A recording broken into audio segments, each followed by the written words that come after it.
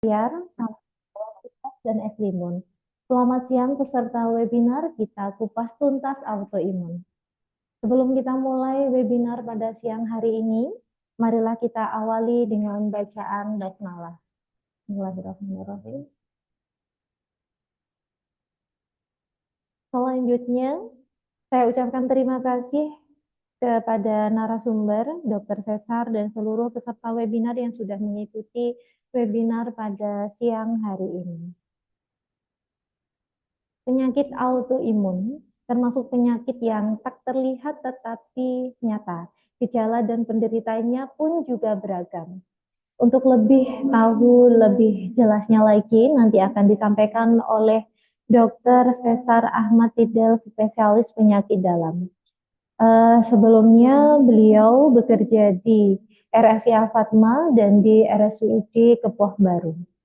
Pemaparan materi yang akan berlangsung kali ini nanti akan berlangsung selama 30 menit dan selama pemaparan materi peserta webinar dimohon untuk mematikan audio. Selamat siang dokter. Siang. Yang apa kabar dokter? Ya, alhamdulillah baik. Oke, hari ini kita dalam acara webinar kupas tuntas autoimun dokter. Nanti selanjutnya materi akan disampaikan oleh dokter Cesar. Oke. Untuk itu saya persilahkan kepada Dr. Cesar untuk memaparkan materinya. Oh iya.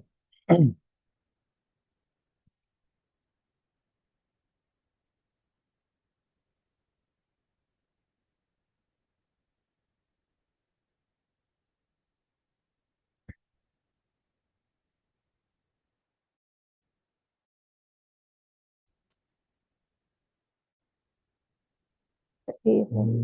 Sudah ya. Oke, jadi sebelumnya Assalamualaikum warahmatullahi wabarakatuh. Waalaikumsalam. Di sini kita akan sedikit aja belajar tentang autoimun karena sebenarnya autoimun itu luas. Di penyakit dalam sendiri untuk sakit autoimun itu banyak sekali. Ada beberapa literatur puluhan, ada literatur ratusan, dan itu setiap bagian dalam tubuh itu ada sakit autoimunnya sendiri-sendiri. Di pencernaan ada, di orang diabetes endokrin ada, di persendian ada, jadi hampir semua setiap bagian organ dalam tubuh kita ada penyakit autoimunnya. Jadi di sini kita akan ya sedikit kenal lah tentang autoimunnya, karena kadang kalau kita ketemu itu dengan autoimun itu agak eh, kurang paham sedikit gitu. Jadi ketika diberitahu, ketika dijelaskan itu agak kurang kenal lah, kurang kenal sedikit ya. Karena sakit dalam tubuh penyakit itu banyak. Nah, slide aja. Nah, jadi sebelum ke autoimun sendiri, penyakit itu secara dasar itu ada 5 sebenarnya ya.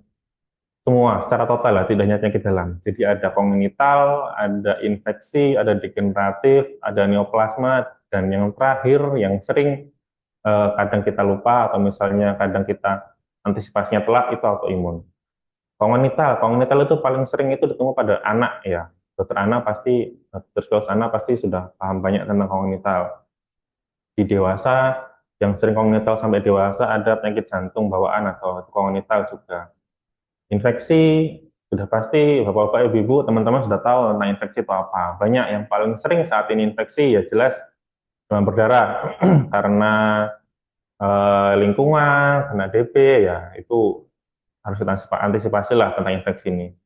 Infeksi lainnya yang sekarang lagi in juga pada usia sekolah ya misalnya gantungan lah gitu.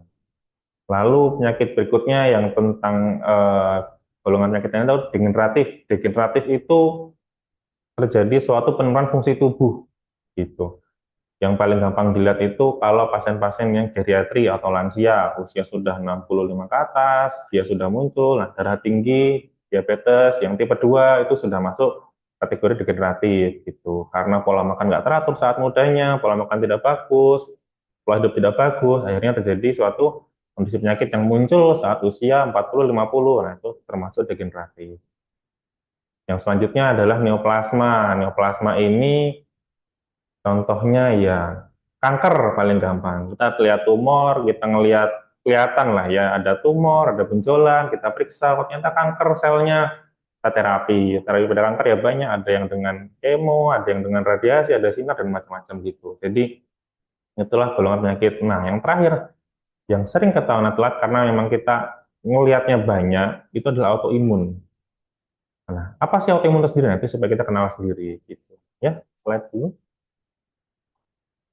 Nah, apa sih autoimun? Nah, autoimun itu adalah suatu kondisi dalam tubuh kita ketika sistem imun kita ataupun kekebalan tubuh kita yang seharusnya menjadi tentara kita dalam tubuh untuk mencegah infeksi masuk ataupun sakit-sakit lain masuk, tapi dia malah nyerang tubuh kita sendiri.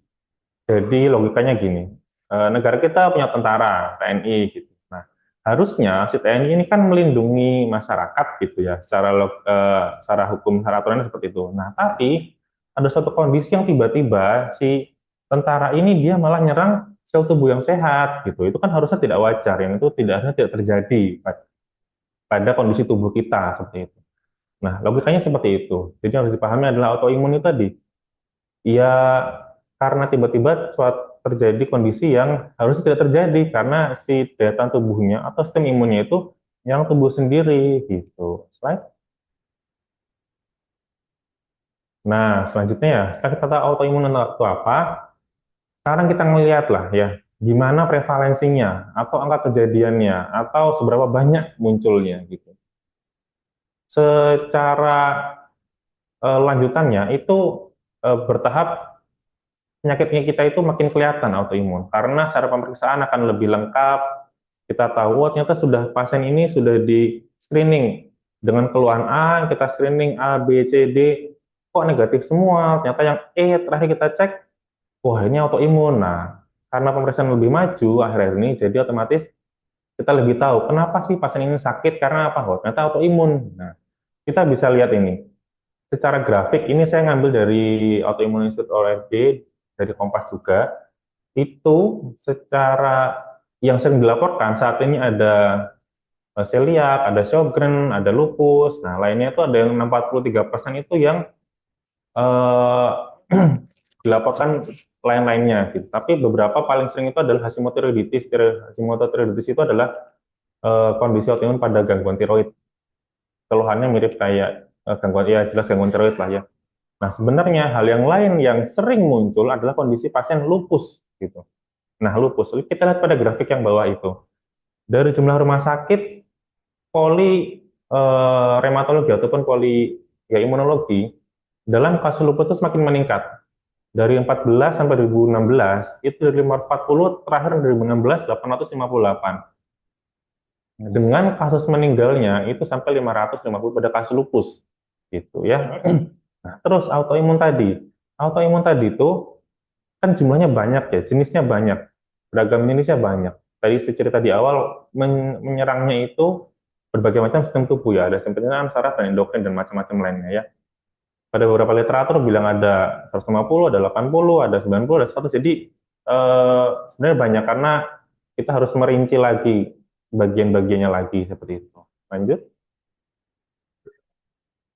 Nah, ini sebenarnya yang sering kita temui sebenarnya ya di rumah sakit atau terutama rumah sakit tipe A paling sering karena pemeriksaan lebih lengkap otomatis kita tahu rumah sakit pasien itu apa. Nah, paling sering muncul Prondisis itu dia di saluran pencernaan. Graves dan Hashimoto itu di tiroid bagian endokrin.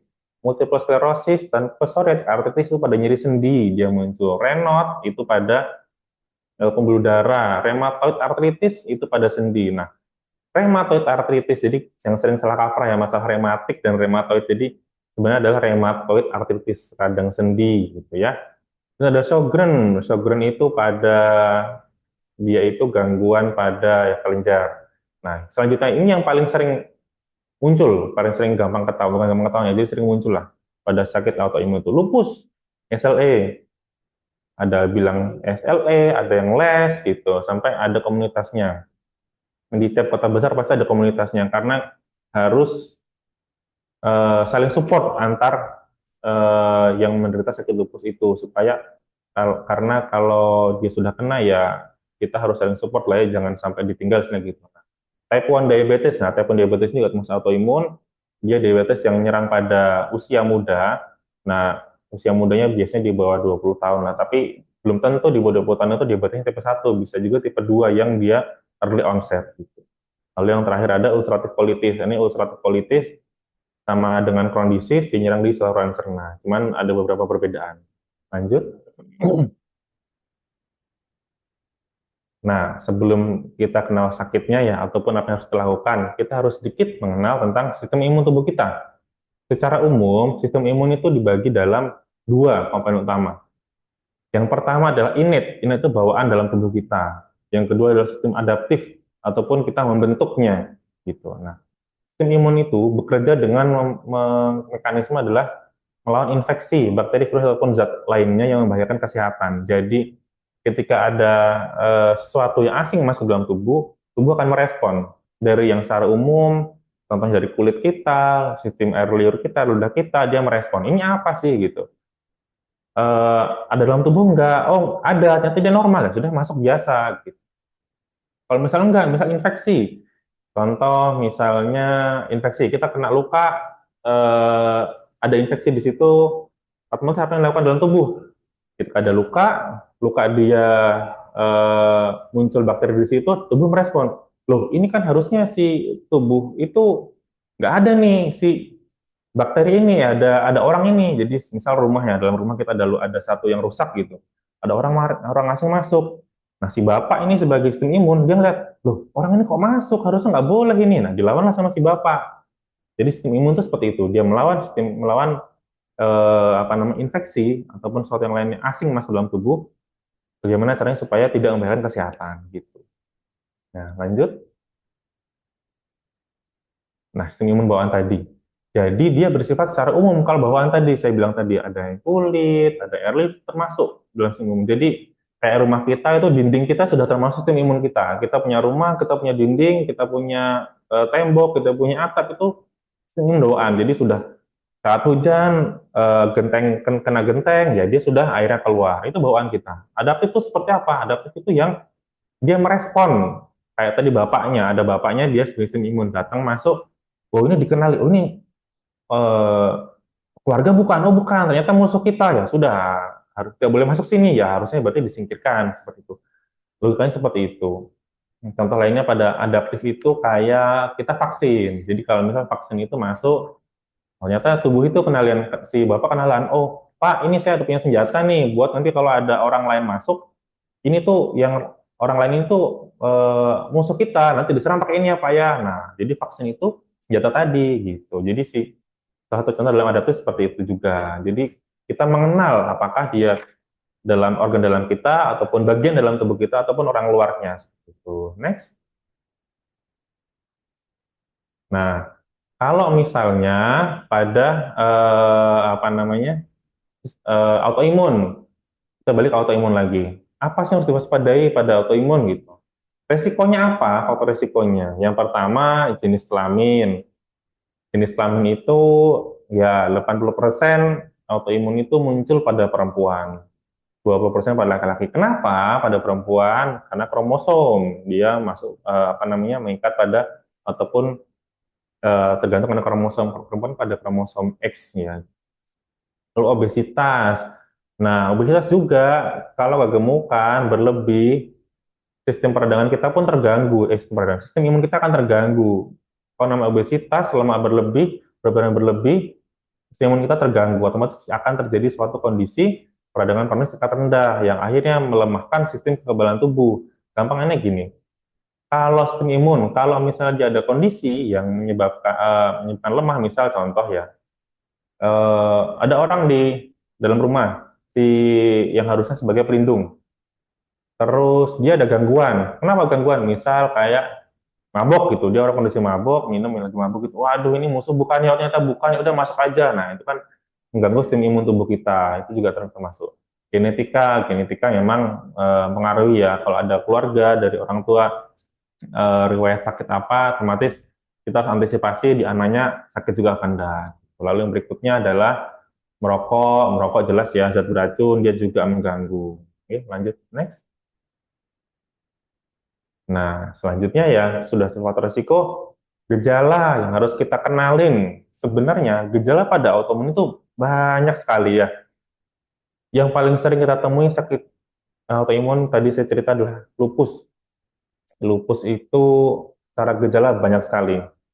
Dari yang pertama hanya keluhan nyeri sendi, lalu ada ruam muncul kemerahan pada wajah, yang kita bilang butterfly rash, jadi kemerahan di wajah, di pipi bentuknya seperti sama di dahi, jadi bentuknya kayak kubu-kubu, kenapa kita bilang butterfly. Lalu nyeri-nyeri sendi tadi, nyeri sendinya banyak sampai ke sendi-sendi jari tangan dia sakit semua bisa seperti itu. Terus panggul juga bisa nyeri, lutut juga nyeri gitu. Dan nyeri sendinya yang jelas beda dengan nyeri sendi yang kalau misal pada orang-orang tua yang sudah keluar nyeri sendi bagaimana harus kita deskripsikan lebih. Lalu selanjutnya demam, demam yang tanpa sebab yang jelas. Misal pasien datang dengan demam, demamnya itu sudah selama seminggu lebih, demam kronis, tapi demamnya ya biasa-biasa aja, nggak sampai demam tinggi, tapi walaupun ada demam tinggi sih gitu. Nah itu itulah penyebabnya, kita rinci penyebabnya. Kok infeksi nggak ada, gangguan organ nggak ada, nah kita patut curiga apakah ada suatu kondisi autoimun pada pasien ini. Lalu ada peradangan, peradangan ya nyeri sendi termasuk peradangan, lalu sariawan termasuk peradangan, lalu gangguan lainnya tuh peradangan pada pembuluh darah dalam tubuh juga bisa. Nah, kalau peradangan terjadi pada pembuluh darah dalam tubuh, itu keluhannya juga akan muncul banyak. Kalau pembuluh darah pada saluran cerna, ya dia akan keluhan gangguan eh, saluran cerna dari mulai mencret, ataupun buang air besar yang sulit, atau buang air besar ada darahnya, atau buang air besarnya bentuknya seperti apa, ada perubahan bentuk gitu. Lalu misalnya ada peradangan lagi pada pembuluh darah pada sekitar kulit, dia akan tampak seperti hematom kayak biru-biru, ada yang merah atau misalnya bintik-bintik merah gitu, atau ya lebam-lebam itu juga bisa. Lanjut.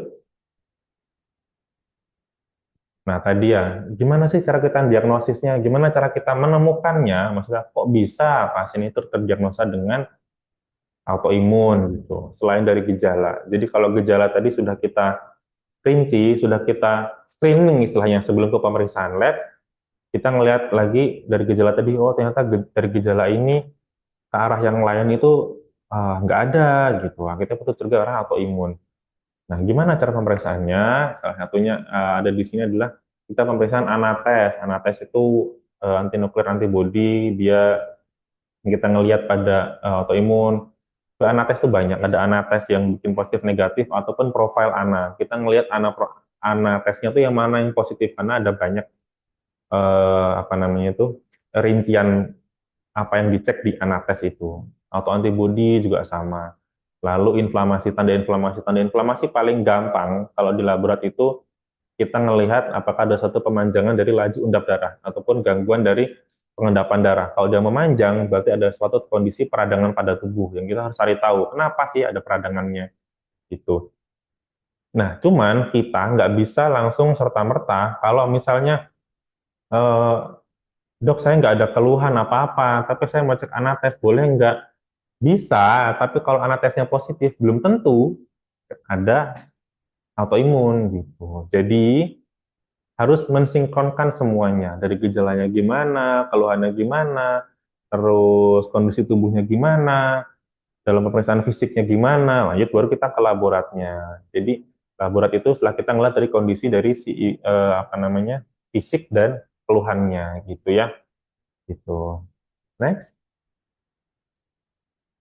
Nah, setelahnya ya, jadi kalau misalnya gimana kalau kita sudah terdiagnosa, misalnya sudah kena lupus atau misalnya sudah kena ya rheumatoid atau sakit yang lainnya. Nah, gimana sih cara pengobatannya ya? Yang pertama harus kita pahami adalah pengobatan pada autoimun itu jangka panjang dan eh, seumur hidup gitu. Karena kondisi tersebut sewaktu-waktu bisa aktif. Jadi autoimun itu kondisinya gini. Kita dalam perjalanan, misal dari Bojonegoro mau ke Surabaya gitu. Nah, dalam perjalanan itu kan kita nggak akan semulus itu ya, walaupun kita sudah persiapan bensinnya cukup, terus sudah kita cek ban kita nggak ada masalah, mesin kita nggak ada masalah, tapi sewaktu-waktu dalam perjalanan ternyata ujuk-ujuk misalnya, waduh bannya pecah nih, bannya kempes. Nah, itu yang harus diantisipasi. Ketika ada kondisi itu, kalau kita bilang itu kondisi flare. Flare itu tiba-tiba penyakit itu aktif gitu. Penyakit si autoimun itu aktif. Kok bisa aktif? Banyak pencetusnya. Gitu. Dari contoh misal, dari lupus ya paling gampang. Kok bisa aktif? Misal ada infeksi masuk, dia bisa aktif tuh si lupusnya. Awalnya lupusnya sudah terkontrol baik, sudah obatnya sudah dengan dosis minimal gitu. Ternyata ada infeksi masuk tuh. Nah, otomatis dia akan flare tuh si lupus itu, akan aktif lagi, akan memberat kondisinya lupus itu. Nah, itu bisa. Lantas gimana? Ya tadi, pengobatan jangka panjang, harus saling support.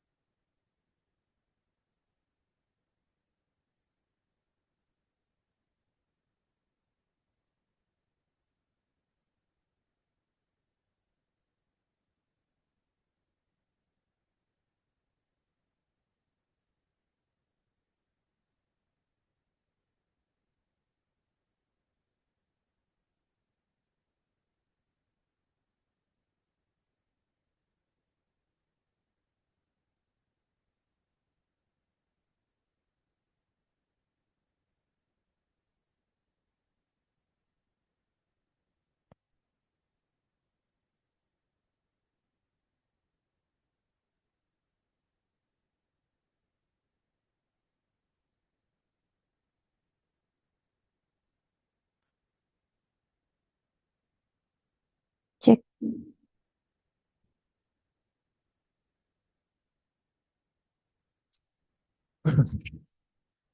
Jadi, eh, secara kesimpulan ya, jadi autoimun itu kompleks sekali sakitnya. Memang beberapa waktu kita akan men-screening sakit autoimun itu yang terakhir gitu. Karena tadi kita harus memikirkan lagi, ini ada sakit yang lain enggak? Tadi misalnya infeksi ada atau tidak, apakah sudah fase degeneratif atau tidak, atau misalnya ini suatu kondisi neoplasma atau tidak gitu. Nah, sampai akhirnya kita mencurigai yang terakhir, oh ya apa ya, mungkin autoimun pada kasus ini karena dari keluhan, gejalanya, dari kondisi fisiknya, nah itu semua mengarah ke autoimun. Akhirnya kita memeriksakan lab, dari lab positif autoimun. Nah, kalau sudah positif tadi, balik lagi, manajemennya harus holistik, ya.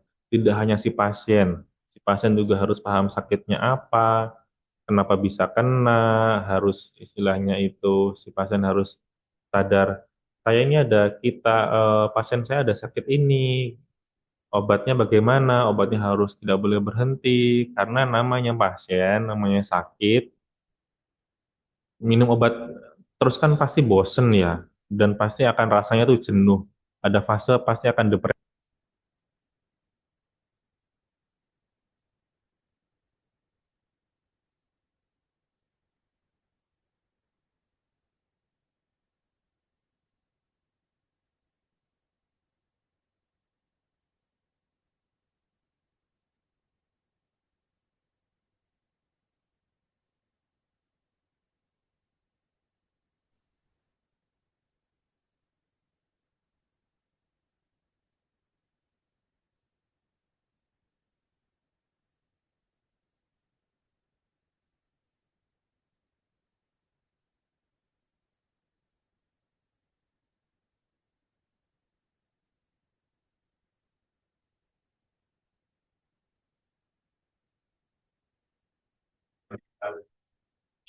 karena sakitnya banyak, keluhannya banyak, dan vitamin ini kompleks.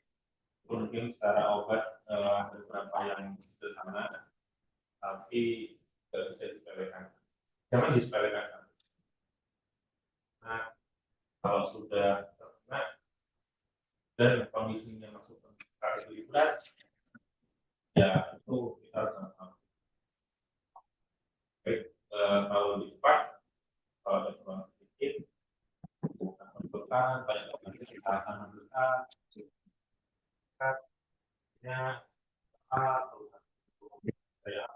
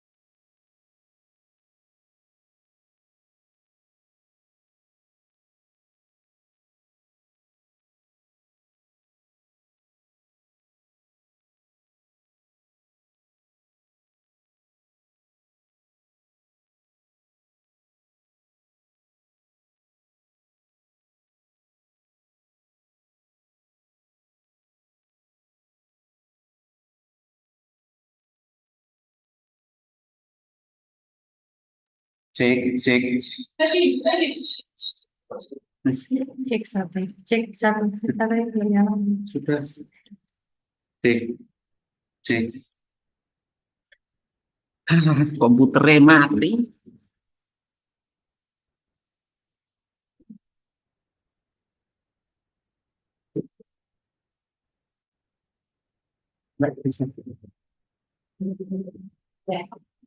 terima kasih.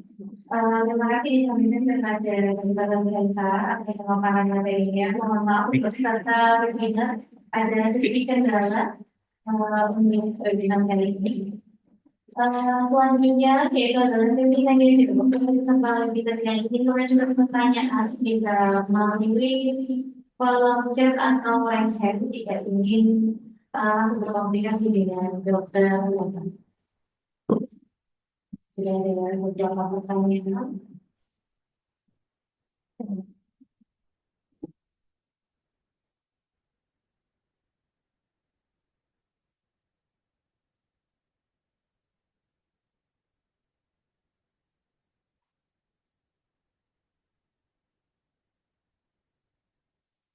Ada pertanyaan serupa ini dari Anita. Izin bertanya dokter untuk membedakan kan relatif mahal ya dok. Bagaimana cara kita menentukan pengecekan yang mana yang tidak prioritaskan untuk dilakukan dok? Terima kasih.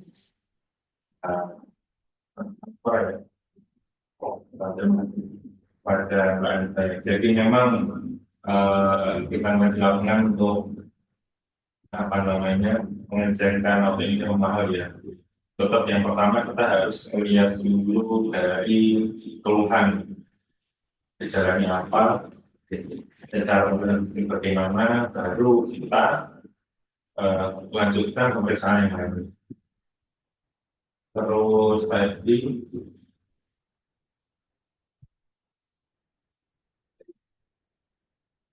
bagaimana cara kita menentukan yang mana yang menyelesaikannya. Jadi apa tadi tergantung dari keluhan dan kondisinya dulu. Yang mana dilakukan tetap tergantung dari tadi pemeriksaannya dulu. Sebagai contoh begini, pasien datang dengan keluhan lemas, lemasnya berulang. Gitu. Nah, kalau berulang, akhirnya kita cek lab biasa ya, PL letak biasa. Kita cek biasa dari HB-nya berapa, leukosit-nya berapa, kromosomitnya berapa, kita cek. Nah, ternyata si HB-nya pasien itu rendah. Kalau kita tahu HB rendah, kita melihat HB rendahnya anemia itu karena apa? Nah, ternyata anemianya suatu kondisi yang sekitar normal gitu. Kita curiga nih, kondisi jangan-jangan suatu kondisi autoimun hemolytik, jadi si darah pecah sendiri ataupun hancur sendiri mendadak tiba-tiba karena kondisi autoimun gitu. Nah, pemeriksaan apa yang paling sederhana? Kita melihat dari kalau IPM itu namanya kontes, jadi dia analisis mendadak gitu. Kontes itu kita lihat analisisnya mendadak itu, kita lihat di situ bagi apa positif apa enggak gitu. Setelah kita tahu yang positif ataupun autoimun hemolytik anemia dia positif pada pasien perempuan, kita harus juga lagi. Kalau misalnya pasien perempuan sudah dengan apa namanya autoimun itu kadang tidak berdiri sendiri ataupun pasti ada jawab utamanya. Kayak hemolytik autoimun ini, hemolytik anemia pada autoimun biasanya ataupun yang biasanya itu bareng dengan ataupun pasien juga terkena lupus, otomatis kita harus cek apa lupus yang dicek karena tesnya gitu. Seperti itu. Terus misal satu lagi produknya rendah, kita curiga IBD, jadi kalau misalnya banyak pengurangan sudah pecah sendiri dengan kayak menurut anemia gitu, kita cek lab nyata atau kondisi autoimun. Nah, kita curiga lagi ternyata atau jadi lupus juga kita cek anapes. Memang anapes itu awal kita cek positif atau negatif. Lalu selanjutnya kita cek ada profil anak. Profil anak kan banyak. Kita lihat satu si profil anak itu mana yang positif. Nanti akan lebih detail apa sih sakit autoimun pada pasien itu. Tapi kita tidak serta merta semua keluhan langsung dicek anak ataupun profil anak gitu kan, harus kita lihat kondisinya bagaimana gitu ya, karena ya ujung-ujungnya balik ke lupus bisa kayak misal pasien dengan pasien perempuan masih muda 20-an kok darah tinggi, kita cek jantungnya ternyata ada protein positif di situ, kita bisa curiga loh kok ini bocor, harusnya nggak bocor di ginjal atau apa terjadi di manusia lain, pun bisa kita cek juga, kita cek anamnesnya dulu apakah kondisinya ini terkait dengan lupus ataupun protein kita lihat anak profilnya semua si apa namanya tadi yang terkait dirinya tadi yang mana positif itu. Jadi tetap kita harus lihat dari kondisi pasien, keluhannya gimana, pemeriksaan fisik bagaimana, baru kita melihat pemeriksaan apa yang kita lakukan. Nah, kita harus melakukan kondisi, nggak semua langsung kita cek.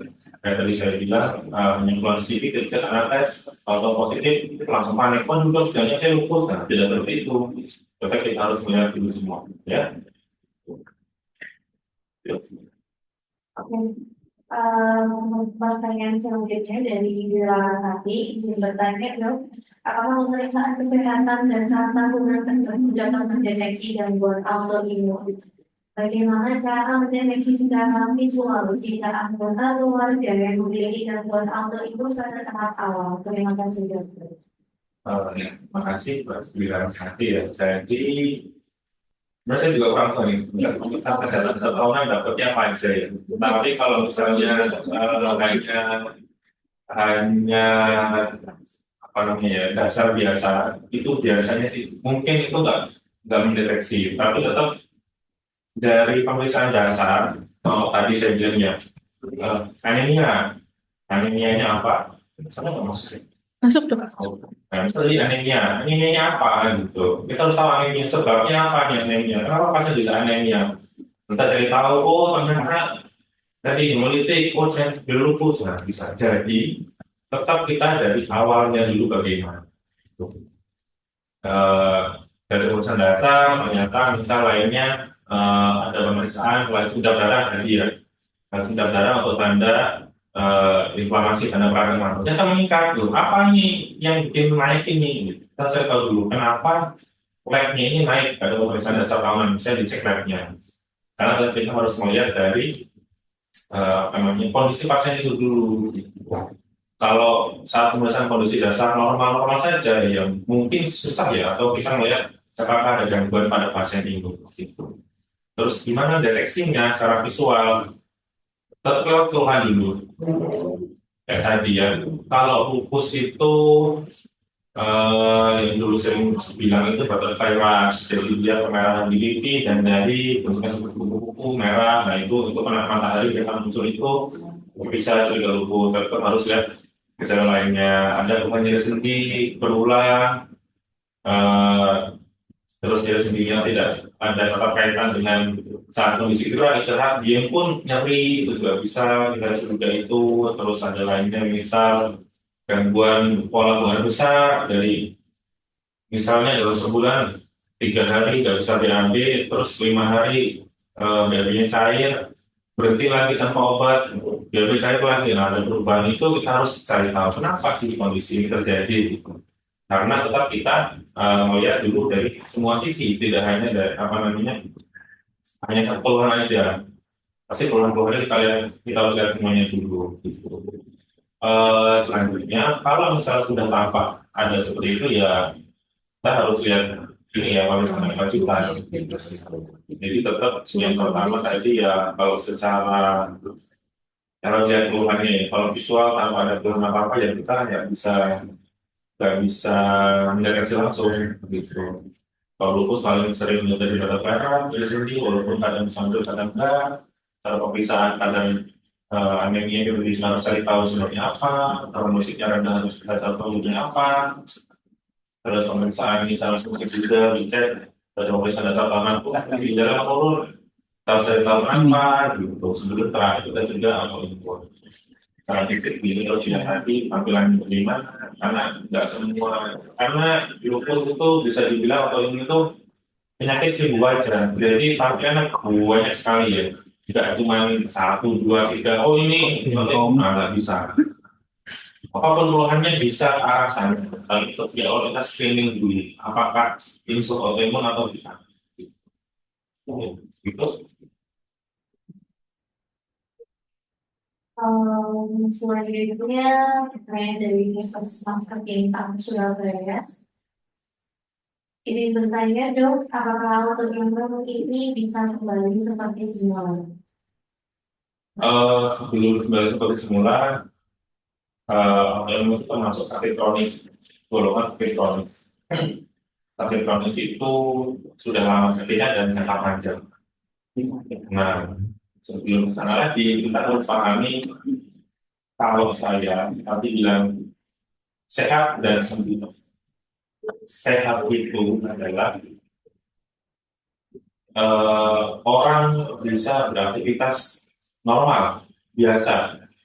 Orang punya sakit, orang yang tinggi, bisa ke mana, ladang, mana apa, bisa kerja kantoran, bisa kerja, bisa nyetir, bisa aktivitas harian. Itu kondisi sehat. Sedangkan sembuh adalah tanpa sakit apa-apa. Dari sakit demam, hanya karena infeksi sembuh. Nah, itu. Target kita pada sakit kronis itu adalah sehat. Gitu. Jadi sebisa mungkin sakitnya itu tidak terasa. Aktivitas tetap dalam aktivitas tetap bisa dilaksanakan setiap hari tanpa ada masalah apapun. Contohnya kita bisa bilang adalah maksudnya dari imun itu dari bawah bisa mungkin si sakit itu tidak aktif, si sakit itu tidak muncul. Gimana tidak aktif? Ya tadi kita meminimalisir apa hal-hal yang memicu ya infeksi bisa, ya, kondisi lainnya bisa, gitu. Jadi banyak sebenarnya memicu aktifnya suatu kondisi autoimun. Walaupun tidak semua kondisi tersebut akan mengaktifkan autoimun gitu. Jadi yang jelas kalau sampai sembuh autoimun itu ya bisa, tapi sehat bisa, gitu ya. Gitu. Makanya ya, yang penting kita makan sehat ya. Karena kalau nggak ada gangguan, mau kerja, mau sekolah, mau makan apa, nah itu nggak ada masalah. Ya, gitu. Berarti autoimun itu dia dilakukan pengobatan seumur hidup ya? Ya, pengobatan seumur hidup.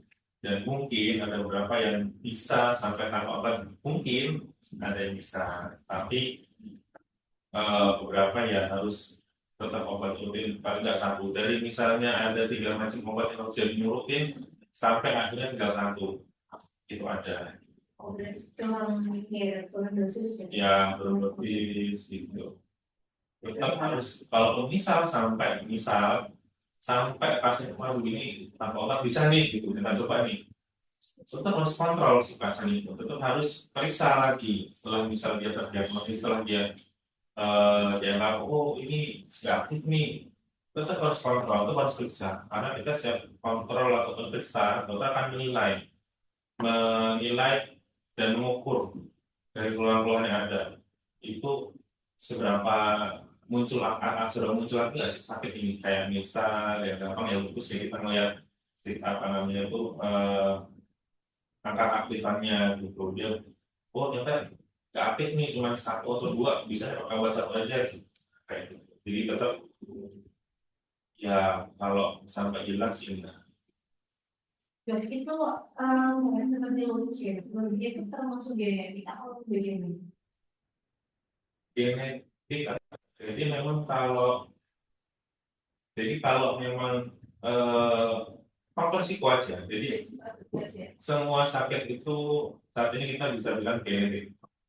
Obesitas pun bisa ada genetiknya ya, karena ada faktor penyakit sendiri dalam tubuh kita itu kalau nggak salah ilmu yang baru, jadi dalam tubuh kita itu ada suatu gen-gen tertentu yang dia kalau misalnya melakukan ini ataupun hal ini dia berisiko. Kayak contoh beberapa tahun silam itu kalau dosen saya dulu dapat saya gambarnya gini, tahu Angelina Jolie ya, yang jadi vampire itu film, nah dia itu periksa gennya, ternyata di gen dia ada risiko terjadi suatu akan kanker payudara. Nah, akhirnya dia melakukan mastektomi untuk mencegah dari kondisi itu. Walaupun belum tentu dia akan terkena si kanker payudara, tapi dia ngecek gen, ada gen dia ini beresiko nih ya. Nah, semua sama penyakit sama sebenarnya. Ada gennya nih dia bisa terjadi sakit ini gitu. Nah, karena di Indonesia ya pemeriksaan gen tidak semua kota bisa, di kota besar pun juga nggak semua bisa juga, jadi ya kita antisipasi aja gitu. Resiko ada kan gitu. Ya gitu. Baik, untuk pertanyaan selanjutnya ya dok, dari peserta nanti ada dari Sulit Siawati. Dokter izin tanya, saudara saya terdiagnosa autoimun, setiap hari merasakan bingung dan harus konsumsi pil 8 miligram setiap hari. Kira-kira berdampak dokter jika minum pilnya setiap hari untuk berubah dan lainnya.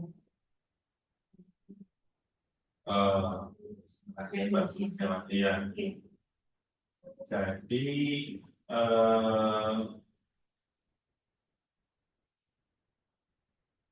namanya gini ya, sakit autoimun dia harus minum itu setiap hari.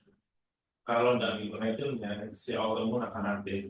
Kalau sudah aktif atau flat, dia akan menyebabkan prostat organ lainnya. Nah, otomatis tetap minum pil tersebut supaya tidak flat atau tidak aktif. Kalau nggak minum jangan flat atau aktif. Tapi kalau minum mungkin ada beberapa efek samping ataupun dia akan apa namanya komunikasi ataupun ya efek samping yang akan muncul karena sebuah model itu. Tapi kita melihat nih mana sih yang lebih berbahaya seperti itu. Sebenarnya metil sendiri bagi ginjal dan lambung ada efek sampingnya. Tapi kalau kita konsumsi itu lebih berbahaya lagi. Gitu. Nah, kita tetap harus selama kontrol kan pasti kan dilihat nih aktif enggak, oh ternyata nggak aktif, sakitnya tambah turun. Misal awal sakitnya tuh keluarnya banyak dari sariawan, diabetes saya terus, dari sendi, terus anemia, konsumsi rendah, oksimetilnya itu dosis tinggi, misalnya 16 atau 32 atau 64 gitu ya, dosis tinggi gitu.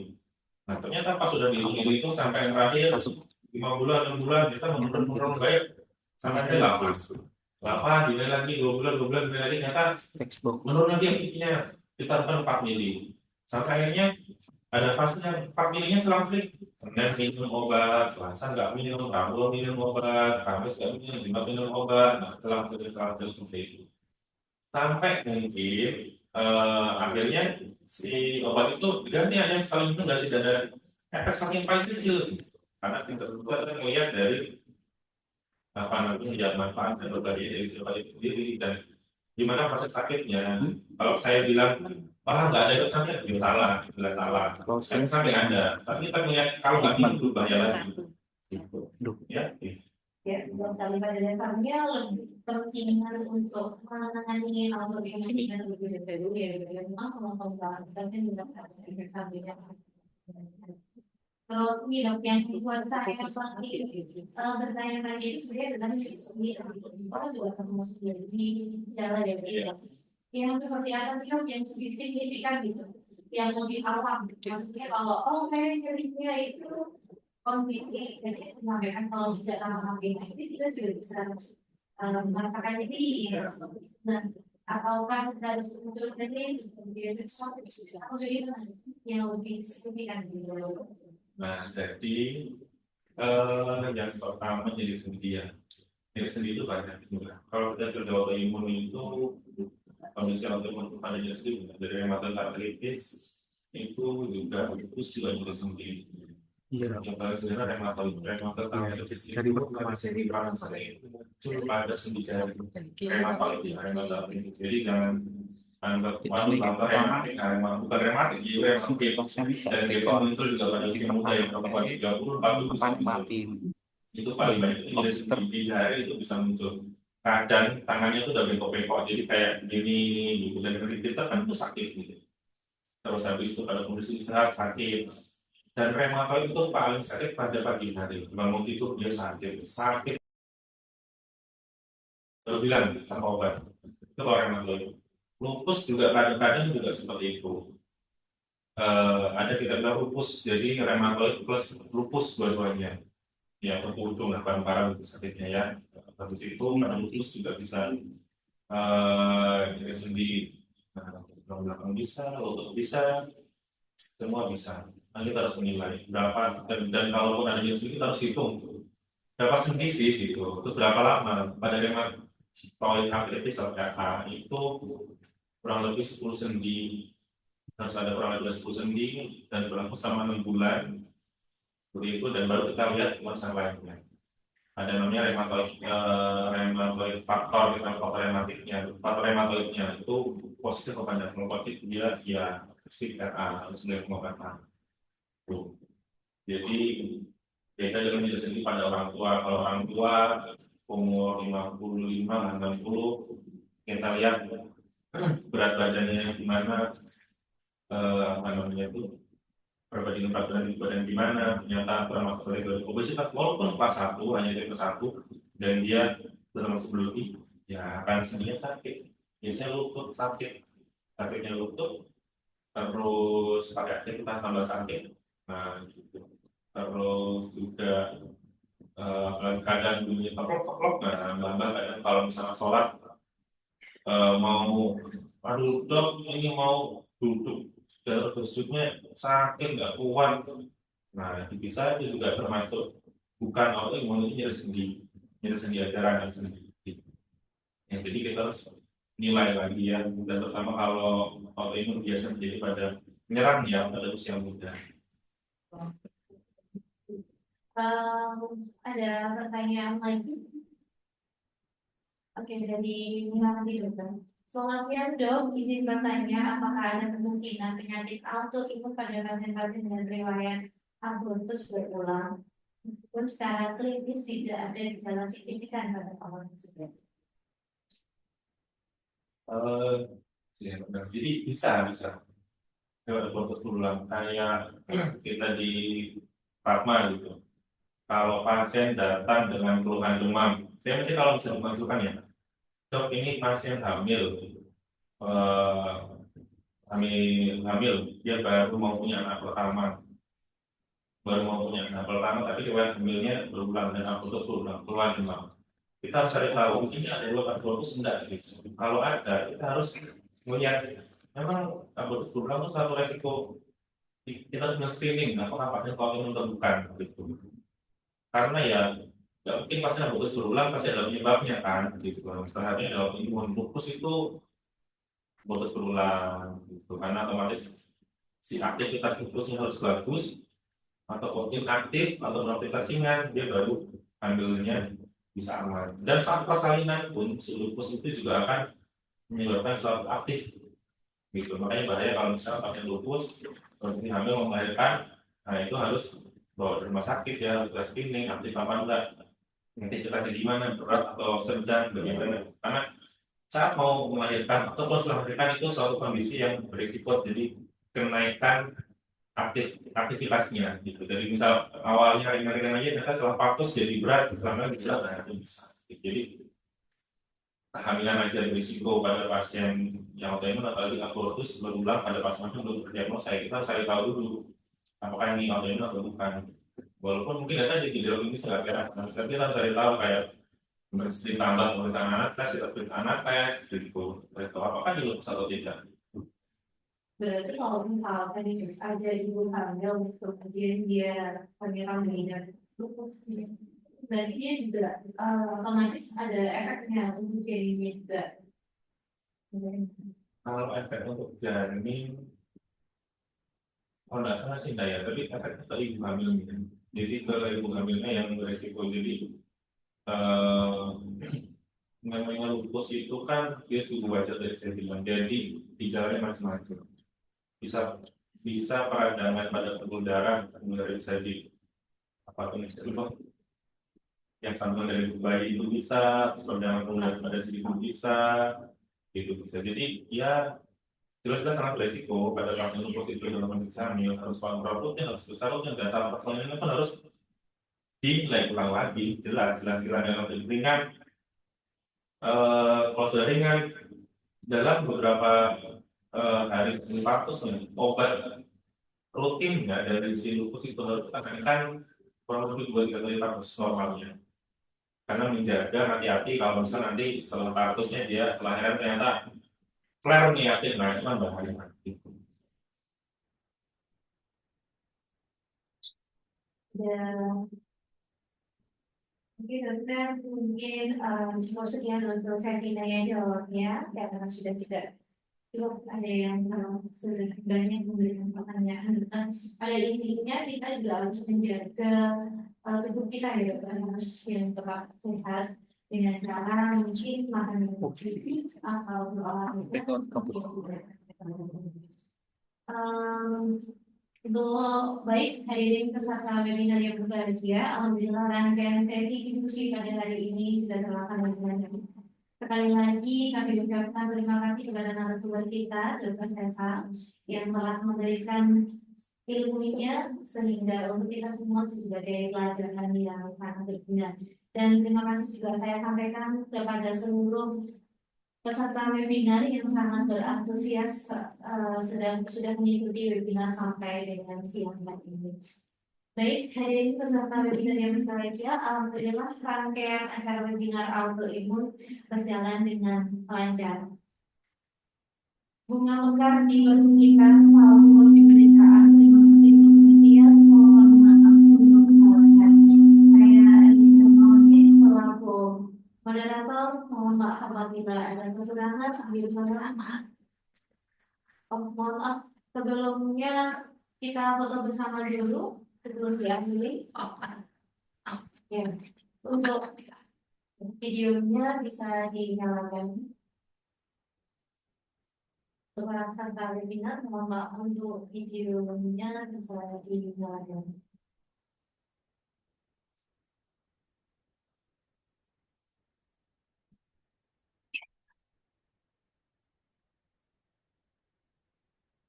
Oke, saya hitung 1, 2, 3. Untuk slide kedua, 1, 2, 3. Sampai dengan Oke, terima kasih kepada Dr. Sesa. Kami sampaikan kembali untuk para hadirin demikian acara webinar pada siang hari ini. Saya sebagai moderator mohon maaf apabila ada kurang lebihnya dalam penyampaian webinar pada hari ini. Akhir malam, wassalamualaikum warahmatullahi wabarakatuh. Selamat siang.